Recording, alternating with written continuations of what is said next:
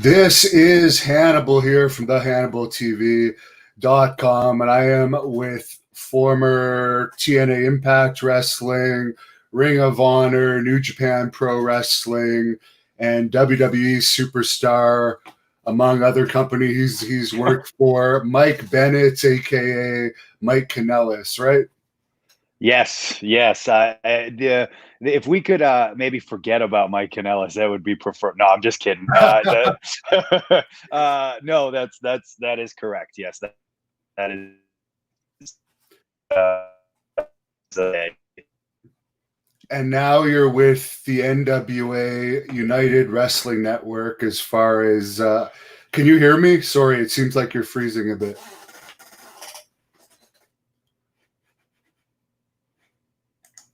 Uh-oh. We may have lost him for a second, but he's probably going to be right back. So I will be putting in your questions to this. There seems to just be a small issue here with seeing Mike. Uh-oh, that's not good. Hopefully he'll be back soon. Oh, there he is. Okay, I see you now. Sorry. All right, I'm back. No, it's good.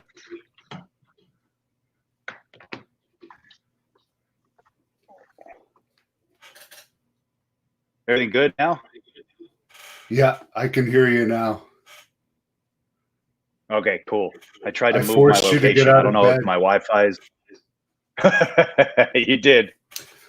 So you're No wrestling problem for the whatsoever. United Wrestling Network now. NWA is affiliated with them. You recently fought Nick Aldis. You had a match this week on the pay-per-view.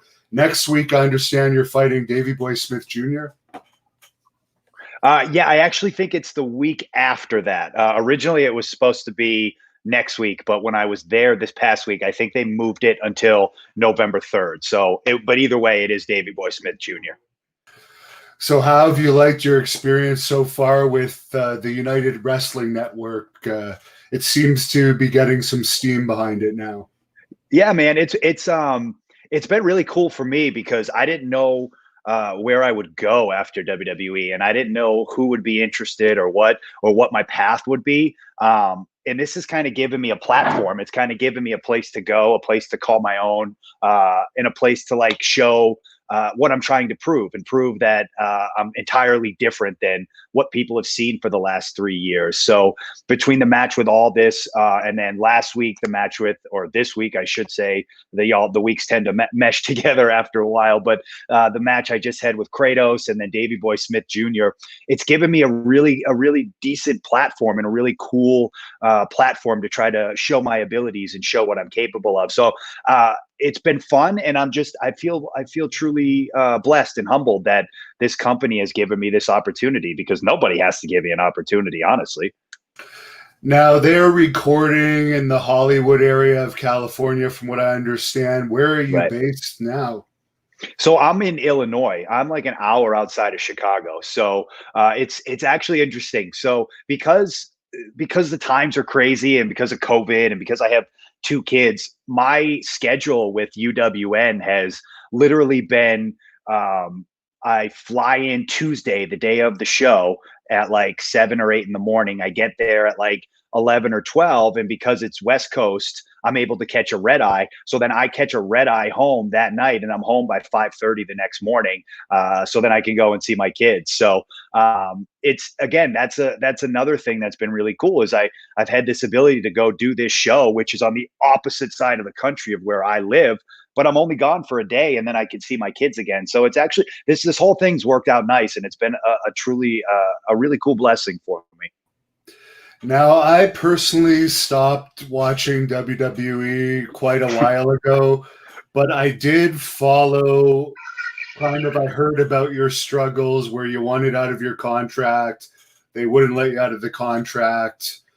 I guess that was related to a bizarre angle that you didn't agree with. Could you explain the whole situation for those that aren't familiar with it? Yeah, sure, man. So it was one of those things where I hadn't been being used for a while.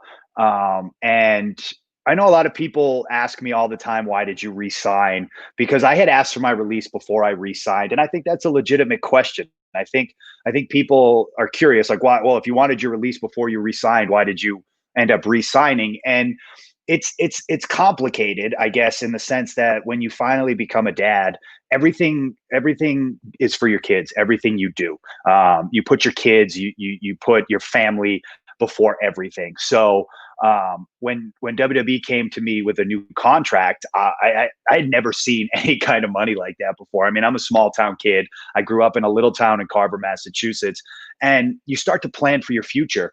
And so I was looking at this and I was like, man, I don't know. I don't like what I'm doing creatively, but can I put that aside and just focus on my family?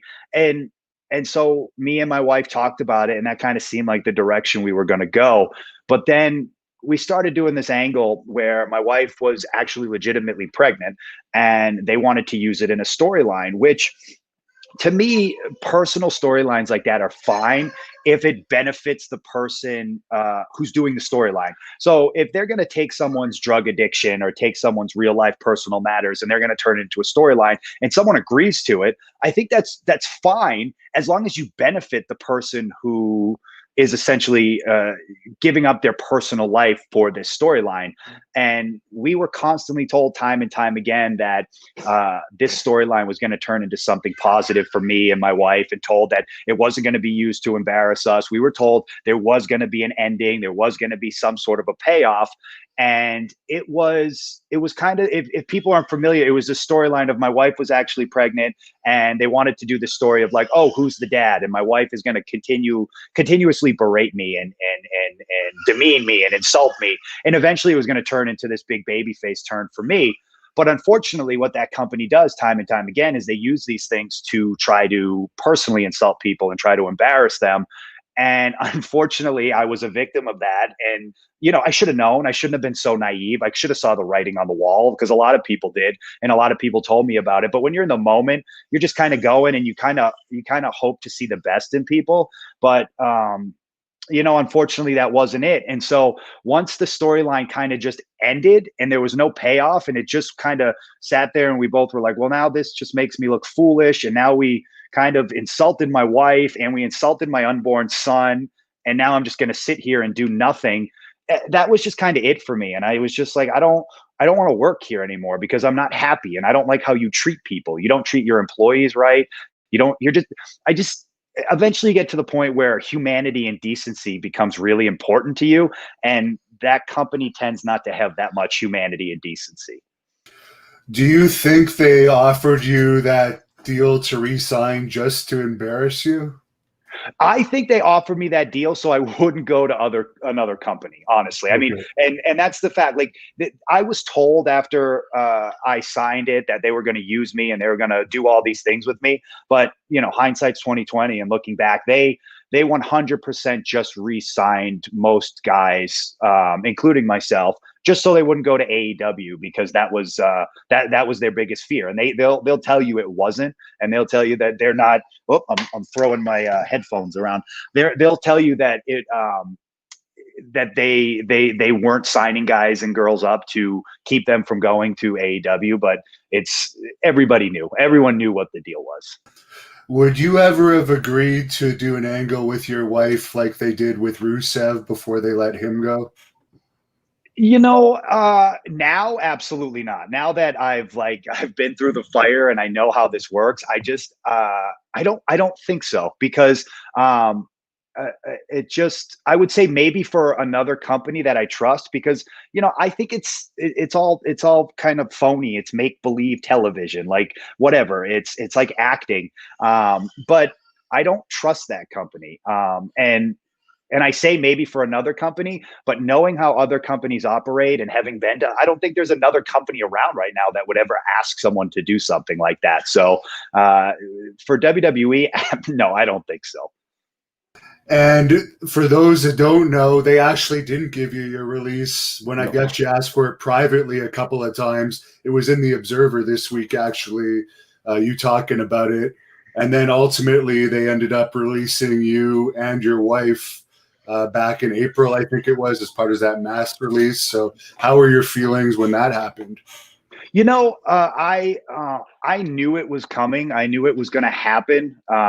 Just because we had gotten a message before saying people are going to be released. So I always knew. I looked at my wife and I was like, all right, I'm definitely on this list of people that are getting released, because I had asked for my release.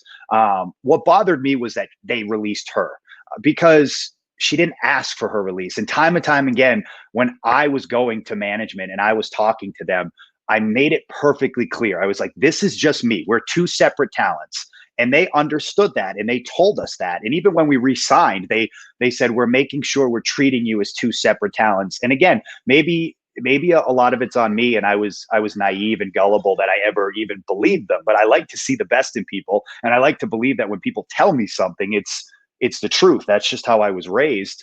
But it bothered me that they fired her, because she didn't want to go.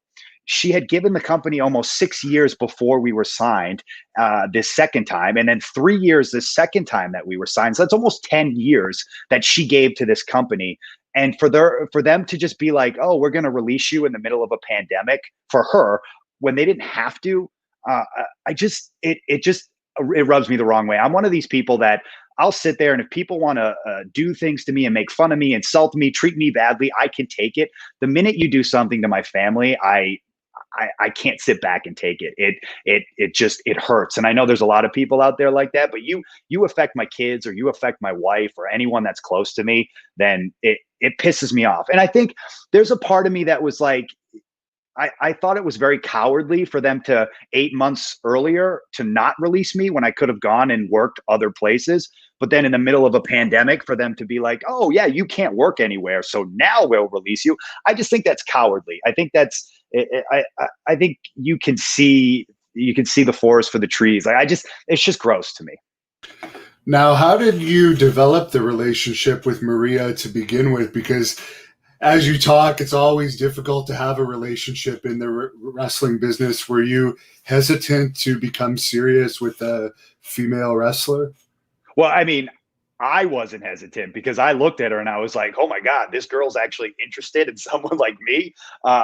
But I understand that perception that, wrestling relationships never worked. But there was something always different, where we put our wrestling relationship aside, and we never considered ourselves a wrestling couple. We considered ourselves a couple who just happened to work in professional wrestling. And so it was never like, I knew when we met that she was the bigger star. She was always the bigger star, because I was just some indie schmuck coming up. So I always knew that she was the bigger star.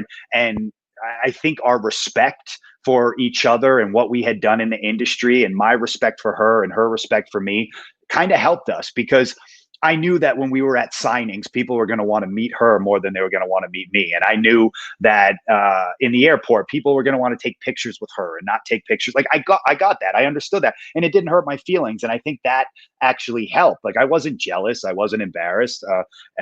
It didn't hurt my feelings or hurt my ego. And I think she always had this level of respect for me trying to make a name for myself. And she always kind of helped me and cleared a path for me and was like, this is the way you do it. Don't make this mistake. Try to do this. And I always took her advice. I always listened to her because she's got a good head on her shoulders. And I think the fact that we both had this level of mutual respect for each other, and the fact that we were just like, all right, we're just a couple first, and then we just happened to be wrestlers. I think that actually helped us in the long run. Well, I know it helped us in the long run because we're still together.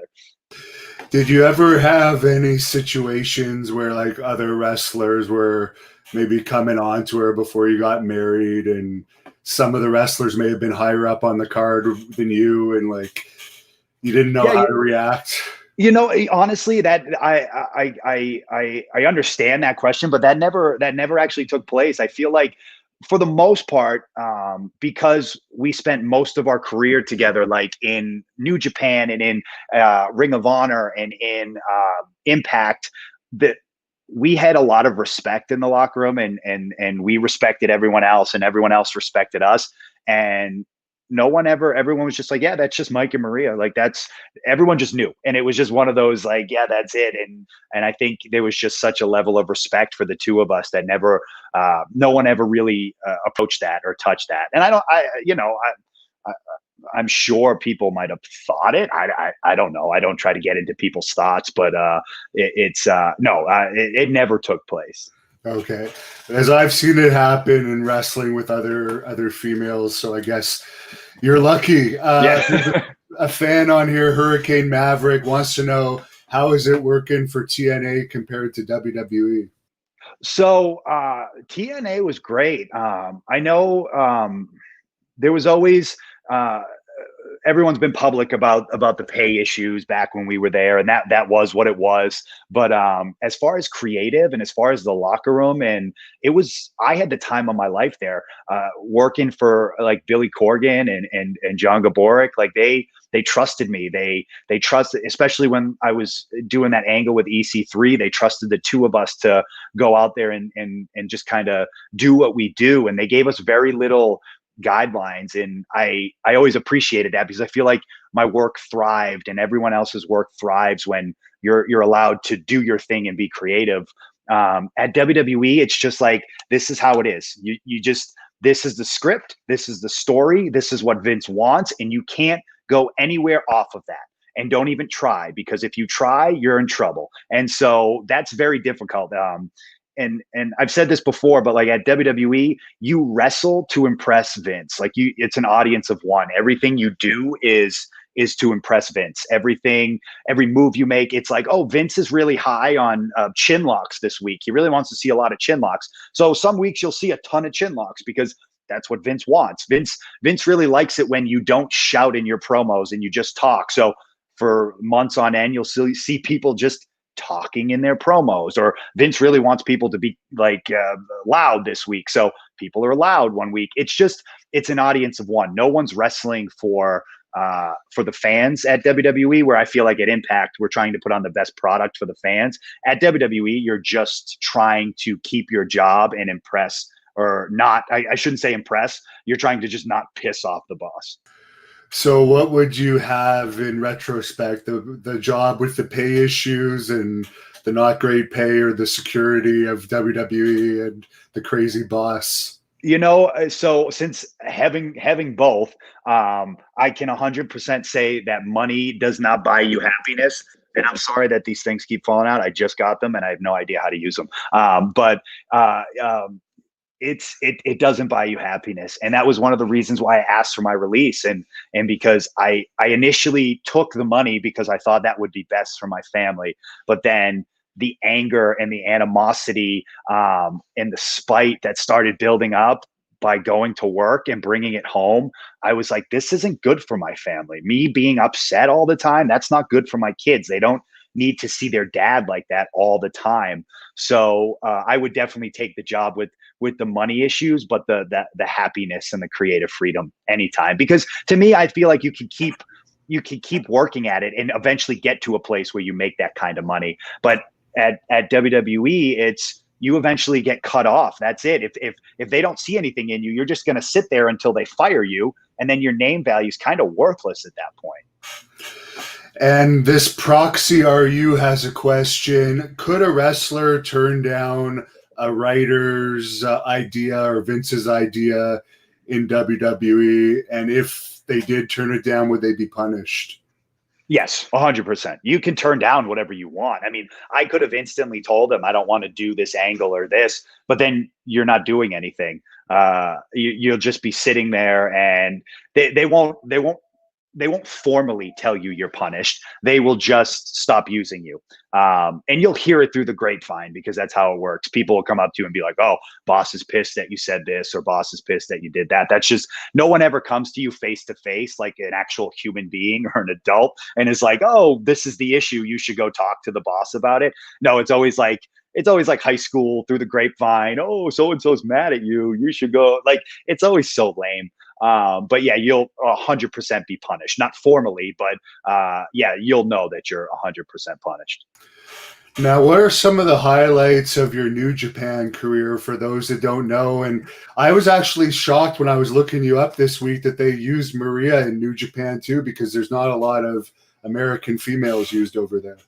Yeah, man, that was actually really cool. And they treated her so kindly and like so respectful that they gave her own locker room, and like they were just so polite that like because they don't have that many females over there, that they were very adamant about being so over the top accommodating for her, which went a long way with me. Because like I said, if you treat my family well, you're golden. You're in my good graces forever. So someone treating my wife like that, I was like, that's awesome. But for me, as a guy who was always told you'll never go to Japan, or you don't fit that style, or you don't belong, it was so cool. And to go over there with my best friend and my wife, and to have matches with guys that are two of my best friends, and Carl and Doc in the Bullet Club, like it just was so cool. And then to win the IWGP Tag Team titles, that again the legacy of those belts and the prestige, and just like again, as a guy who never thought he would ever end up there, and now he's there, it's so incredibly cool. And I look back so fondly. It was we did like, I think we did 2 World Tag Leagues, and then we did I was there for the G1 Climax finale. We never got to do any Tokyo Dome shows, which is something that I regretted, because that was one thing I always wanted to do. And fingers crossed, that's a big goal of mine right now. But yeah, it's one of my favorite times in wrestling. You mentioned your friends with Gallows and Anderson. Any chance they could get you back in with Impact, since they seem to have a lot of pull there? Yeah, man. I definitely, I think that's kind of how wrestling works. Is we all do our thing. We all make connections. We all make friends, and then when the time is right, you hit up your friends, or your friends hit up you. I still I talk to Carl on a daily basis all the time. We're buddies. I mean, I did the worst show in the history of shows, the Talking Shop of Mania, because they asked me to, and it was right after all of us got fired, and so we were like, yeah, let's do it. And so I think I've tried to keep a lot of friends in wrestling. After I've left companies, I tried to make it a priority to stay in touch with these companies, and to not leave a sour taste in their mouth. I always stayed in touch with Joe Koff at Ring of Honor, and he would always message me. He would always check on my kids and see how we're doing. And I would always try to keep in touch with people from Impact, and even people that weren't in Impact at the time and now are in Impact. I stayed friends with them. So, I think when the time is right, you'll hit up your friends and see if they can help, and then you go from there. And I think that's just, I mean, that's kind of how the wrestling industry works. For Ring of Honor, you were there when it was really popular. AEW kind of took all the top talent from Ring of Honor. Do you think they'll ever again be where they once were? You know what? I truly do, only because Ring of Honor kind of like made this whole revolution of professional wrestling. They were kind of like the backbone back in like 2003 and 4, where all these guys were coming up who then ended up, integrating into WWE. But I think Ring of Honor has the history, and Ring of Honor has the foundation to truly take over again, because I see what they're doing with like the Pure tournament. And I think fans are dying for that kind of content. I think fans, I think they get what they get from WWE, they get what they get from AEW, but I think like pure wrestling in America, I think the only place to go for that is Ring of Honor, and they're kind of showcasing it in a way that's not being done. And so I think they're getting a lot of buzz from it now, and I think that's really the way they should keep going and keep that alive, because I think that's going to be what eventually gets them to be like, this is Ring of Honor, because they're killing it right now. CAPA is asking what your best indie road story is. Oh God, indie road stories. I don't know. There's so many. There was I'll tell you one of the scariest road stories. I did a show in Plainfield, Connecticut for Brutal Bob Evans, and it was during a snowstorm, and I was driving with 2 other guys, and we were trying to, believe it or not, after every show we all go out to eat usually. And so we were trying to get to, I think it was a TGI Fridays or maybe it was a Ruby Tuesdays. I don't know. But we were trying to get there before it closed. So I'm trying to keep up with the car in front of me who knows the way, and they're just hauling ass. And I'm like, I'm going to miss it. And I think this was probably like '06 or '07. So, not everyone had the GPS on their phone and stuff like that. Everyone was still using MapQuest or trying to figure it out. And I just remember we hit this patch of ice, and my car must have spun 10 times on the highway. And I was just like, oh, this is it. This is the end for me. And luckily we spun, and we spun right into a snowbank, and it was the softest stop ever. And I just remember like looking over, and the snowbank had stopped us from like a steep drop off into the woods. And I was just like, holy crap, someone was looking out for me. Not only that, but for some reason, the passenger side door had swung open. And I was like, who opened the passenger door? And the guy who was next to me, who was an indie wrestler, who's not working anymore now, but he was like, I don't know. And I'm like, it must have been you, because the doors. See, what I think happened was halfway through spinning, he decided he was going to jump out before we stopped, because he thought that might have been the safest way. But instead, we ended up just kind of hitting the snowbank nice and softly. And thankfully, he didn't have to jump out. But that was, it was terrifying. Now, you've already talked about Maria a good amount, but Silva Surfer wants to know the story of how you guys actually met. So we actually met at an independent show, Northeast Wrestling, for Michael Lombardi. It was one of when she first the first time she was released from WWE, she started doing some indies, and that's where we met. We actually, I remember seeing her and being like, oh my God, that woman's beautiful, and not really having talked to her. So I didn't know much about her. But then I remember we started having this conversation, and I was like, oh my God. And she's brilliant, and she's fun to talk to, and she has this wonderful personality. But again, I was like, I don't have a shot with her. And I think I was dating someone at the time. I think I was in a god awful relationship at the time. And I think Maria was too. And so you don't really think that much about it. But then we all ended up going out to eat afterwards. And me and Maria had sat across from each other. And we just we had this chemistry. She made fun of me because I ate mozzarella sticks with a knife and a fork, which I don't usually eat mozzarella sticks with a knife and a fork. But because I was trying to impress her at the time, I was like, I know what girls like. They like a guy that's proper. So of course I ate my mozzarella stick, and she made fun of me for it. But after that night, nothing really like happened, because we were both dating other people. But then a few months down the line, I think I DM'd her on Twitter because I was single, and I think she was single at the time. And then we just started talking, and then she flew out for a signing in Philadelphia. I was living in Boston at the time, and I was like, oh yeah, that's a close drive. I'll come down. I drove like 7 hours down to Philadelphia to hang out with her, not telling her how long the drive was. So, and then from there, we just started dating. We did a long distance relationship before we moved in together. So yeah, it was actually at an indie show. And as far as your workouts, now that you have kids, I see you still look like you're in really good shape.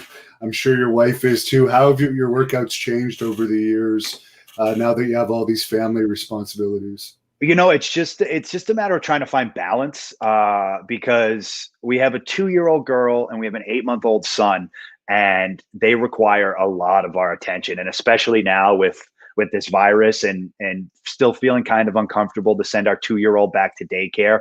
So it's really all us all the time, the kids all the time. So it's just a matter of Maria being like, all right, I'm doing the gym now, and you watch the kids. And then usually around nap time in the afternoon, I'll go and I'll hit the gym. But it's go, go, go. It's no time to talk, no time to chat. We got to hit the gym, do it. And then a lot of times we just work out at home. I recently, over the last month or so, started doing DDP yoga. She's got a Peloton bike that she uses all the time. So there's a lot of home workouts, and then a lot of like actual gym workouts when we can either get the kids down to nap or figure it out that way. So for this match coming up against Davey Boy Smith Jr., he's actually the champion of our company here in Canada. So cool. I have to say I am going for him in that match. But what's your plans against him? He's a very skilled technician, and he has a size advantage for this big NWA show coming up in a couple of weeks. You know what? It's I think you're underestimating the size advantage. I think we worked once a while back. I think when I was still at Ring of Honor, I did an independent show and we wrestled each other. And the one thing I just remember him being in the ring with him was I just kept saying to myself, he's the biggest man alive. And how does this man this size move so well? You know what, man? I don't know. He's a beast. He's an absolute beast. He's strong. He's big. He's quick, and he's got all these this background that sets him apart from everyone else. So this match is. I'm excited about it because I think our clash of styles is going to be fun. But it's. I have a feeling it's going to be a very hard hitting match because I don't want to go hold for hold with him. But maybe eventually he'll probably just knock me out, but at least I'll know I tried my best because I'm not going hold for hold with him. Apparently he accidentally knocked out his opponent in Bloodsport. I don't know if you heard about that one. No, don't tell me that. Don't tell me that. Now I'm terrified. Lauren wants to know who was the best wrestler to work in WWE and who was the worst. Oh, we froze again. Hopefully you'll... the best wrestler to work with, is that what you asked me? And who was the worst? Yeah, we froze for a second. God, they want to know the best and the worst. Okay, cool. Honestly, I don't know what the worst was because everyone at WWE is good in their own way. There never, let me just put it this way. There was never one I got into the ring with and I was like, okay, that guy doesn't know what he's doing. Not the indies, that happens all the time. At WWE, it doesn't really happen that often. And I'm also not I don't like bad about other workers just because we're all in this together. And like we all the bombs, we put the bull crap. The best while I was honestly, one of my favorite matches I had was against Drake Maverick. He's so underrated. He's so incredibly underrated. He's so incredibly talented. The way he sells, the way people believe. Any day of the week, and I know we could get the crowd into it. He just emits this kind of emotion, and he just moves in the ring that anyone that's a worker or a wrestler understands. It just makes it easier for a heel to work with him. He's just the way he sells, the way he interacts, the way he moves. He makes heels look really, really good. And Walter wants you to come to AEW. Any chance of that in the future? I know it's not up to you. Right. Yeah, no, that's I think that's a question everyone always asks. Like, are you going to this company or going to that company? It's never up to us. I wish it was. I wish we could just be like, this is where we're going. Of course, I love all the guys over there. I did the stuff with Cody and in TNA. Obviously the history with the Bucks.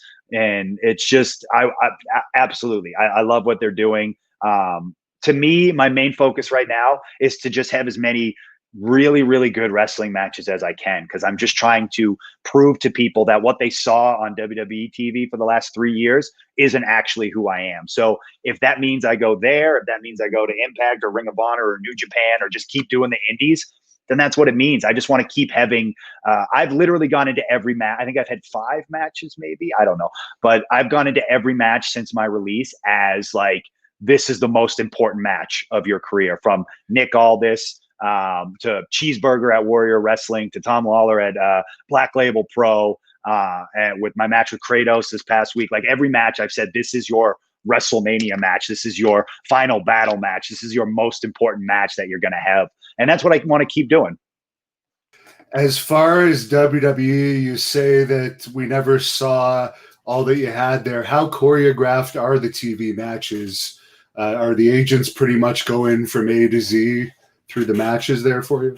Yeah, honestly, for the most part, just because it's television. And again, they want to make sure you're not going to do anything that doesn't piss off the boss, because that's how it works there. It's make sure, oh, this is what he likes, so he's going to want to see this. And of course, most of the TV matches are 5-6 minutes, so everything is boom, boom, boom, so they can get the right shot for this and this.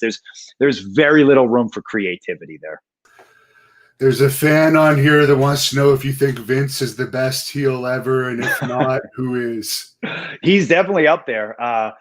For all the things that he does that piss me off, he was the one. Like, I mean, I became a wrestler because I was obsessed with the Attitude Era. I was obsessed with Stone Cold Steve Austin and Mick Foley and all those guys. And his feud with Austin was one of the best of all time. So yeah, if he's not the best heel, he's 100% up there.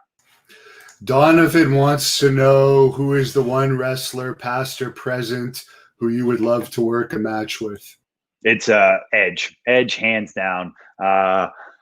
Probably for like the last. So Edge, when I was growing up and was like a diehard wrestling fan, was never like a big fan favorite of mine. Then when I became a wrestler and actually understood wrestling 101 and psychology and all the stuff that goes into being a wrestler, he 100% became my absolute favorite wrestler just by watching him move, his heel work. Like, to me, I don't think Cena gets over as much as he does without heel Edge, without Edge being that grimy, disgusting, just evil heel to Cena's super baby face. So, and then getting to actually know him on a friendship level and having him just be so incredibly kind and helpful to me and giving me advice. And I still talk to him to this day. And then getting to see him come back at the Rumble, I was like, oh, he's back. I'm going to get to it's Edge, hands down, 100%. Richard wants to know if you're going to have a rematch with Dirty Daddy Dickinson.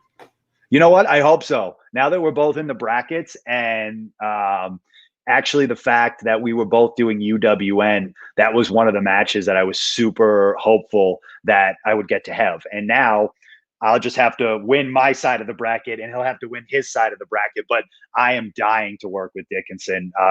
Our match at Beyond wasn't really a match. And so to actually have a match, dude, he's so incredibly talented. And the fact that he hasn't gotten some sort of an opportunity or a break somewhere, it blows my mind. But the way I've been wrestling lately, I think really meshes well with the way he wrestles. He's like this big all Japanese style wrestler. And that's been like my main focus lately. I've been watching a lot of Kobashi matches and like, I'm obsessed with that hard hitting style right now because I never really embraced that before. And now I've 100% embraced it. So I hope we get to work each other because he's amazing. Peter wants to know what you think went wrong in WWE. Like, did you piss somebody off to start the downward spiral, or did they just not have any plans for you from the start? I could have, but like I said, no one told me if I did. So even if I did, I never know, or I never knew, and nobody told me. But there was a lot. There was a lot because I've said this before. I don't put all of the blame on WWE at all. I put a lot of the blame on myself. I mean, I came in and I was still addicted to painkillers. So right out the gate, I gave a terrible impression. So I don't understand how I can't put some of the blame on myself. I think that played into a factor. I don't think Vince ever really liked me. I think he always thought I was a good hand and a decent wrestler, but Vince is very big into like these alpha males, and you carry yourself like a man, and that's how you do it. And I'm very much just like I'm just kind of happy-go-lucky, and I'm like, oh, my wife does this, I do this. I'm a family man. I take care of my kids. I don't really subscribe to that alpha male personality. And Vince, I don't think Vince appreciated that. I think. I think Vince thinks the man does what the man does. And that's not how I am. And that's fine. Again, he runs his company that way and he's been successful doing it. We butted heads. I didn't like how he ran his company. I don't like his opinion on things. And he probably clearly didn't like my opinion on things. And that's perfectly fine. And we go our separate ways. But I think there was I don't think we mixed. I think it was a bad fit. And sometimes that's life. As far as the pain pills that you mentioned, did you have to go to WWE rehab for that, or did you conquer that on your own? No, so I actually didn't. And I'm glad you brought it up because a lot of people always say, oh, WWE paid for your rehab and this and that. And they didn't. I was on on the road. So I didn't have time to go to rehab. I was doing SmackDown live events, and I was doing SmackDown 4 or 5 days a week. Even though I wasn't on TV, which I wasn't, they were still having me do the live event. So I was gone. Let's see, SmackDown was usually taped on Tuesday. I'm trying to figure it out in my head. So I was gone Saturday, Sunday, Monday, Tuesday. I was doing live events Saturday, Sunday, and Monday, SmackDown on Tuesday, travel day on Wednesday, home Thursday and Friday, and then back on the road Saturday. So I was only home for like 2 days a week. And that was really my rehab. Instantly out of the gate, when I admitted I had a problem to my wife, she was the one she took my phone, she took my keys, she took my wallet, and she was like, "We're getting through this together." I kind of isolated myself for 2 weeks. And then once I got back on the road, I traveled with Connor from the Ascension, and I traveled with Rowan, and they were kind of like my big brothers, and they just looked out for me. I remember Connor was always just like, "We'll go to the show, we'll go back to the hotel. You'll eat, you'll be fine, and then we'll wake up and we'll do it all again tomorrow." But he was always like, the two of them, Connor and Rowan, always really took care of me. But I always tell people, my wife was my rehab. My wife took care of me. My wife made sure she made sure, "You're going to get through this. I'm not going to let you die. I'm going to make sure you survive and you get through this." So, yeah, WWE didn't pay for my rehab. I didn't go there. I did it. I did it through friends and through support of my wife, my family, and the guys on the road. So I guess because they were prescription pills, they weren't a wellness policy failure or anything like that. Yeah, man. And again, I don't know how many people know a lot about addicts, but when you're an addict, you figure out ways to get around things. I mean, I kept it a secret from my wife and my family for 5 years. And like you said, because it's a prescription, you're going to be okay with it. But it's like, how much of that prescription do you take? And when you're taking too much, then it becomes an addiction. But like, there's no blame on WWE. WWE had no clue. And I made a point that they didn't know. So it's like, they get no fault here. I don't put any blame on them. And for some reason, I think a lot of people think I do, which I don't. I just don't. This is all me. I was the addict. Whether they even though like they never asked me if I needed help, that's fine. They're a company. They don't have to. They never. Their wellness policy is really good. They take care of their guys. They make sure their guys are healthy. We do physicals. So as far as that stuff goes, no, it's this is 100%. This is me. This is my issue. And last fan question I'll ask for today. James wants to know, would you ever consider going into MMA? No, I don't think so. I don't consider myself like a badass. I think I can take an ass whooping and keep coming back for more, but I think the fight would just be like me on the ground being like, "All right, punch me again. I'm not going to give up until I get knocked out." Those guys are different animals, man. Like, I think wrestlers are tough, but it's a different kind of toughness. We can put up with the pain and keep going, but to go into like a cage and know you're just going to get punched in the face and come back for more, that's a different animal, man. And I have the utmost respect for guys like that. Like, the fact that CM Punk would like put himself in that position, I have so much respect for that. Like, that's, God, you have to be a tough SOB to just be like, yeah, this is what I'm going to do. I'm going to transition from wrestling into MMA. No, I don't. I would love to do MMA for like the training and the cardio and just to be like, yeah, I did MMA, and then have people think I'm actually really cool. But no, I don't think I'll transition anytime soon. And you probably wouldn't be as lucky as CM Punk to make like 500 to $1 million per fight. Your first fights. You don't want to do that for low pay, for sure. No. I mean, I'll take the payday, but it ain't going to be a good fight. I can promise you that. So as far as your social media, where can people follow you if they want to look you up? So basically, I stick to like Twitter, and I stick to Instagram. I love talking to fans on Twitter. I really do. I try to filter out the negativity, and I try to talk to the people that just want to talk wrestling. But at Real Mike Bennett on Twitter, and then Instagram, it's a lot of wrestling and a lot of my family, a lot of motivational and workout stuff. So it's at the Real Michael Bennett on Instagram, at Real Mike Bennett on Twitter, at the Real Michael Bennett on Instagram. And for any of the fans that want to order the NWA UWN pay-per-views, I have the link in the description.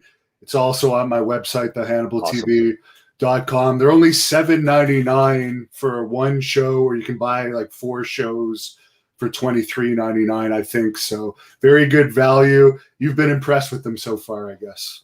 Yeah, man, it's been they've been professional the way they've run everything, from like making sure everyone's safe with the virus and just getting me in and out so I can see my kids, and then just bringing in quality wrestlers and quality matches, and just especially in these times when everyone's trying to figure out what the hell comes next as far as indie wrestling and professional wrestling. I give Dave Marquez and all those guys a ton of credit because I think they have, and like you said, it's only $7.99. It's a great deal for a weekly pay-per-view, and it's giving guys exposure, and it's I just think it's really cool. Like I'm really happy, and I feel blessed that they keep flying me out to do that because, again, nobody has to give me a shot, and I'm just truly thankful for it. Well, to close this off, do you want to give a message to Davey Boy Smith Jr. about your upcoming match in this title tournament for the United Wrestling Network title? Well, first out, please do not knock me out because I got to get my flight afterwards so I can go see my children. But secondly, I think the Mike Bennett you saw 5 or 6 years ago, or whenever we worked on the Independents, is entirely different. And I know he's entirely different. And I think this is going to be one of those matches that, or I'm hoping this is one of those matches people talk about for a long time, because I'm prepared to get hit and I'm prepared to hit him very hard. And I think the both of us are kind of on that same page. And so I'm looking forward to this kind of mesh of styles that we're going to bring.